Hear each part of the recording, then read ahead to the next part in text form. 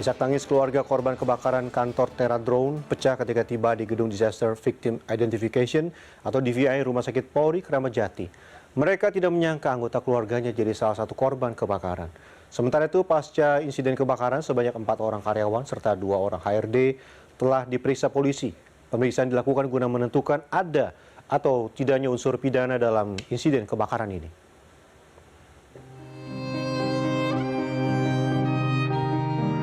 Sejak Selasa sore, gedung DVI Rumah Sakit Polri Kramat Jati, Jakarta Timur diselimuti duka dari keluarga korban kebakaran kantor Teradrone yang berada di Kemayoran, Jakarta Pusat.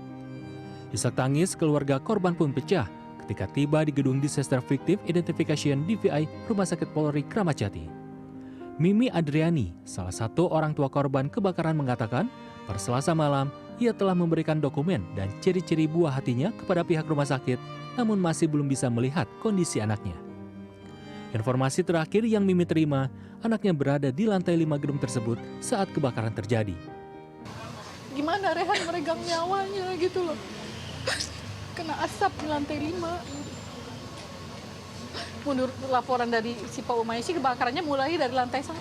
Masa di lantai 1 minimal untuk menuju ke lantai 5 itu kan pasti ada penanganan apa gitu dari kantor gitu loh. Emang sih, kalau emang Tuhan berkehendak, kita juga mau bilang apa ya, kita hanya bisa ikhlas. Tapi kan sebagai ibu, saya kan gimana sih, anak saya yang paling gede baru kerja gitu, baru kerja 1 tahun lebih kurang di situ gitu.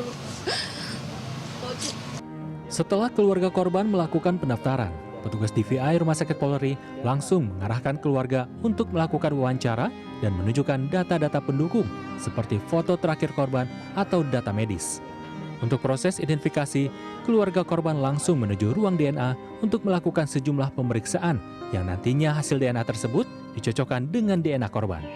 Rumah Sakit Polri telah menyiagakan 11 tim identifikasi yang terdiri dari tim antemortem, postmortem, dan tim DNA. Proses identifikasi nantinya akan dikerjakan bertahap sesuai dengan kondisi jenazah.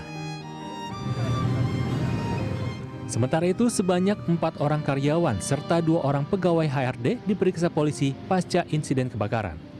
Kasat Reskrim Polres Metro Jakarta Pusat, AKBP Robi Heri Saputra, mengungkapkan selain ke-6 orang tersebut, polisi juga tak menutup kemungkinan bakal melakukan pemeriksaan terhadap penanggung jawab perusahaan hingga pemilik gedung.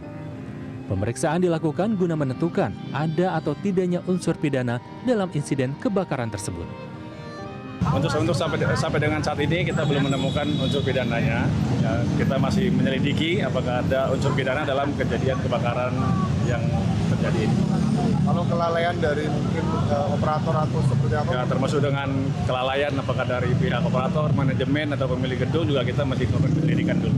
Polisi pun telah membuka posko di lokasi kebakaran untuk mempermudah masyarakat yang ingin mencari informasi mengenai keberadaan anggota keluarga mereka yang masih hilang.